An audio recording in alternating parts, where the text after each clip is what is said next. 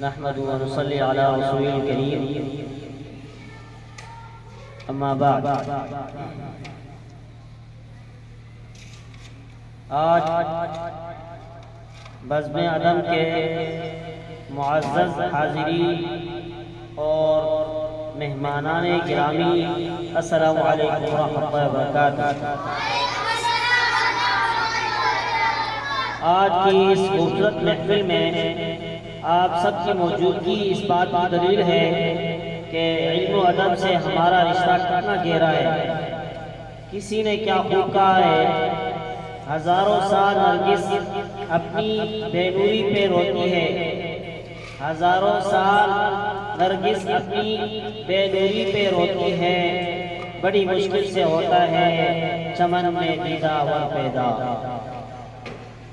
آج کی اس بزم کا باقاعدہ آغاز اللہ تعالیٰ کی بابرکت نام سے کرتے ہیں، جس کے قبضے میں ہم سب کی جان ہے۔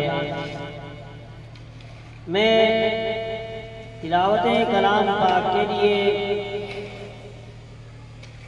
دعوت دینے جا رہا ہوں فیض اللہ کو کہ وہ اسٹیج پر تشریف لائیں اور اپنی سحر انگیز آواز میں قرآن پاک کی آیات سے ہمارے قلوب کو منور فرمائیں۔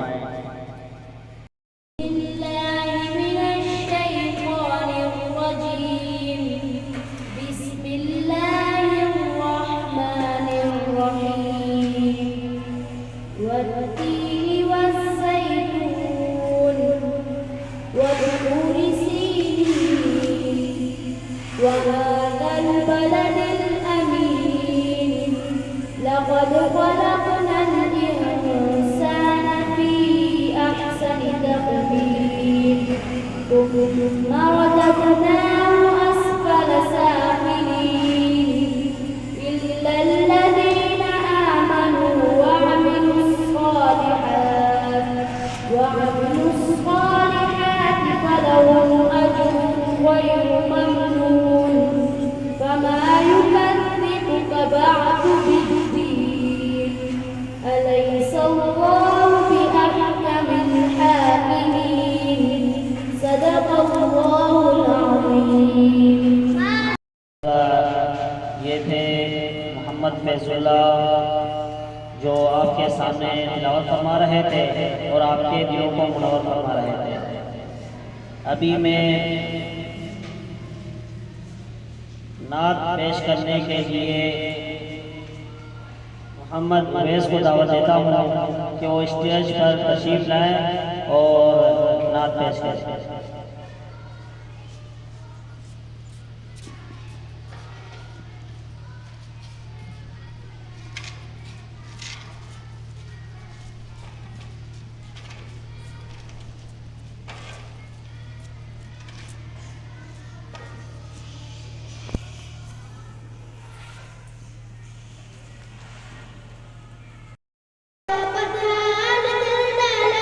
کسی کا جو ہے سینہ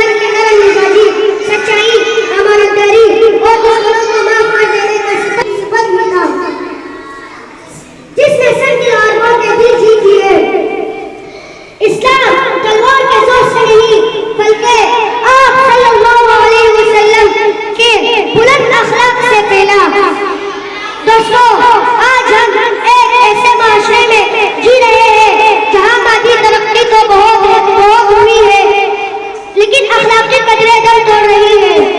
کیا فائدہ اس تعلیم کا جس میں بڑوں کا احترام نہ ہو؟ کیا فائدہ اس دولت کا جس میں غریبی کی ہمدردی نہ ہو؟ کیا فائدہ اس خوبصورتی کا جس کے پیچھے کڑوی زبان چھپی ہو؟ اعلیٰ اخلاق یہ نہیں کہ آپ صرف ان کے ساتھ اچھے رہے جو آپ کے ساتھ اچھے ہیں، بلکہ اصل اخلاق یہ ہے کہ آپ ان کے ساتھ درگزر سے بھی کام لیں جو آپ کے ساتھ برا سلوک کرتے ہیں۔ مسکرا کر بات کرنا، کسی کی مدد کرنا، غیبت سے بچنا اور کسی کا دل نہ دکھانا، یہ وہ چھوٹے چھوٹے کام ہیں جو انسان کو عظیم بنا دیتے ہیں۔ آخر میں اپنی بات اس دعا کو ختم کرنا چاہوں گا کہ اللہ تعالیٰ ہمیں صرف باتوں کا خزینہ بنائے بلکہ ہمیں عملی طور پر اخلاق کا مالک بنائے۔ یاد رکھیے، قیامت کے دن میزان عمل میں سب سے بڑی چیز اخلاق ہی ہوگی۔ شکریہ والسلام علیکم۔ السلام علیکم ورحمۃ اللہ وبرکاتہ۔ وعلیکم السلام ورحمۃ اللہ وبرکاتہ۔ میں آپ سے کچھ سوال کرنا چاہتا ہوں۔ جی کیجیے۔ اس صورت میں اللہ تعالیٰ نے کہا ہے کہ حضرت محمد صلی اللہ علیہ وسلم اللہ کے رسول ہیں۔ سورہ فتح میں قرآن کریم کی کون سی صورت میں نام احمد آیا ہے؟ سورہ صف میں۔ انبیاء علیہ السلام کی سرزمین کسے کہتے ہیں؟ فلسطین کو۔ حضرت محمد صلی اللہ علیہ وسلم مدینے میں کتنے سال رہے؟ حضرت محمد صلی اللہ علیہ وسلم مدینے میں 10 سال رہے۔ امام بخاری رحمۃ اللہ علیہ کا اصل نام کیا ہے؟ محمد بن اسماعیل۔ جزاک اللہ۔ آپ مسکرا کر بات کریں، یہ اخلاق نہیں۔ اخلاق تو یہ ہے کہ جو آپ کے ساتھ برا کرے آپ ان کے ساتھ بھی اچھا سلوک کریں، کیونکہ نبی صلی اللہ علیہ وسلم نے یہی فرمایا، احسن الی من اساء الیک۔ میں مکالمے کے لیے دعوت خطاب دے رہا ہوں، دو طلباء کو آئے اسٹیج پر تشریف لائیں اور مکالمہ پیش کریں۔ اور محمد حسن۔ السلام علیکم ورحمۃ اللہ وبرکاتہ۔ وعلیکم السلام ورحمۃ اللہ وبرکاتہ۔ میں آپ سے کچھ سوال کرنا چاہتا ہوں۔ جی کیجیے۔ اس صورت میں اللہ تعالیٰ نے کہا ہے کہ حضرت محمد صلی اللہ علیہ وسلم اللہ کے رسول ہیں۔ سورہ فتح میں قرآن کریم کی کون سی صورت میں نام احمد آیا ہے؟ سورہ صف میں۔